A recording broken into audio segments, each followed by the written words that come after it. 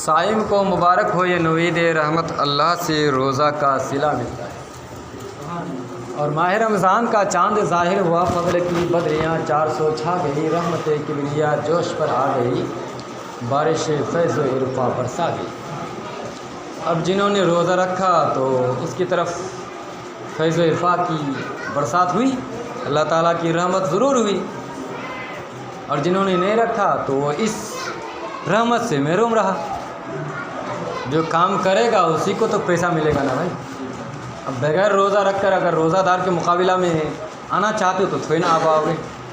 جنہوں نے روزہ رکھا ہے اسی کے لیے ہے کہ ماہ رمضان کا چاند ظاہر ہوا، فضل کی بدلیاں 400 چھا گئی، رحمت کبریا جوش پر آ گئی، بارش فیض و عرفا برسا گئی۔ اب بارش، رحمت، نعمت، مغفرت، یہ سب کس کے لیے ہے؟ جنہوں نے روزہ ادا کیا۔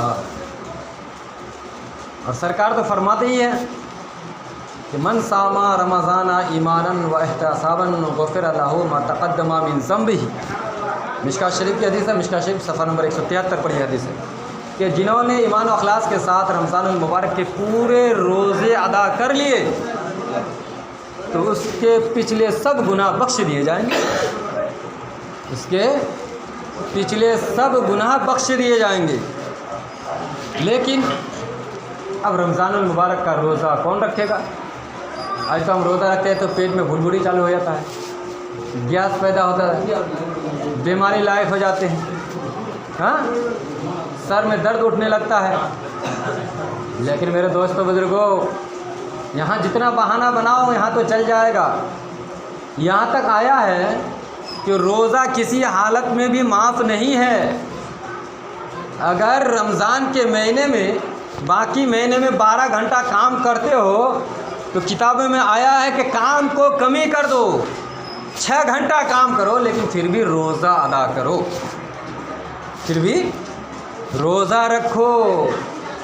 کسی حالت میں بھی معاف نہیں ہے۔ آج جو نوجوان گٹکا کھاتے پھر رہے ہیں نا، پتہ چلے گا جب قبر میں جائے گا، جب اندھا فرشتہ لوہے کے گرز سے مارے گا اور 7 طبقہ زمین کے نیچے چلا جائے گا، تب اس کو احساس ہوگا۔ جب روح نکالی جائے گی اور روح نکالنے کے وقت انسان کو اس قدر تکلیف ہوتی ہے کہ جیتے جی انسان کو کبھی اس کا احساس بھی نہیں ہوتا۔